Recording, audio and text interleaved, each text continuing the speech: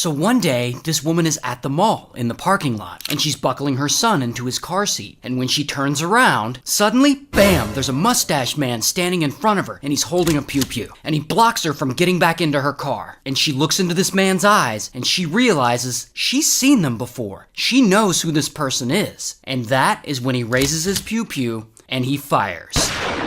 Now the woman, her name's Heather, and unfortunately Heather just happens to be in the middle of a divorce with her husband, this guy, Steven. And embedded into the middle of this divorce is a custody battle over their 1-year-old son. And this custody battle is ugly. It's real ugly. You can imagine they kind of hate each other. But one day, Heather and Steven agree to meet in the parking lot of a local mall so that he can hand over their son for the week. So she gets there and she takes her son from Steven, and he gets back in his car and he drives away. After he's gone, that's when she turns around and the mustache man is there in front of her with a pew-pew, and he unalives her. Now, when this shooting happens, it's about 6 p.m. on a Sunday. So this parking lot is full of people, and plenty of them witness the shooting. So police, they get to the scene, and all the witnesses are like, this mustache man just went right up to her and shot her. It was crazy. There's even a little CCTV footage of the mustache man leaving the parking lot. So police, they aren't sure what to make of all this. Who was this dude with the mustache? So naturally, they bring in Steven for questioning because he was the last one to talk to her. But Steven couldn't have been the shooter. He had just driven away moments before. So they interview all the witnesses from the scene, and they end up sort of Frankensteining together a police sketch of the suspect. But the suspect doesn't seem to fit the description of anyone they know. But that is when, bam, suddenly police get a tip. A trucker who was staying at a hotel near the mall, he says he saw someone scoping out the mall parking lot the day before the shooting, and that this person was using binoculars and that they were taking pictures. It was shady as fuck.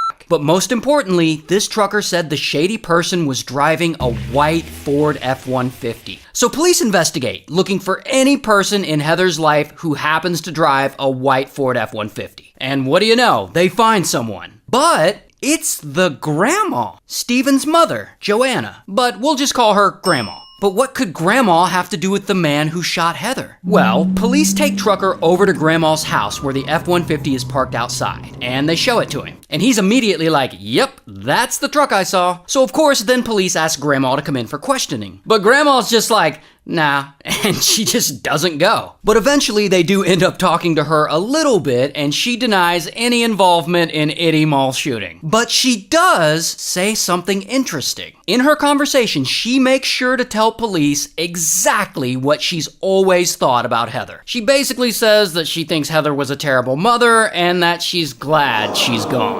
So now police really think Grandma's somehow involved in Heather's death. But she won't really talk to them, and there's not enough evidence to arrest her for anything. Until, at some point, police get an idea. They call her son Steven in again, and they show him that CCTV footage they got of the shooter leaving the parking lot. And they're like, Steven, could this person be your mom? And Steven watches the footage, and he's like, oh shit, it is! Turns out that the mustache man who shot Heather wasn't a man at all. It was Grandma.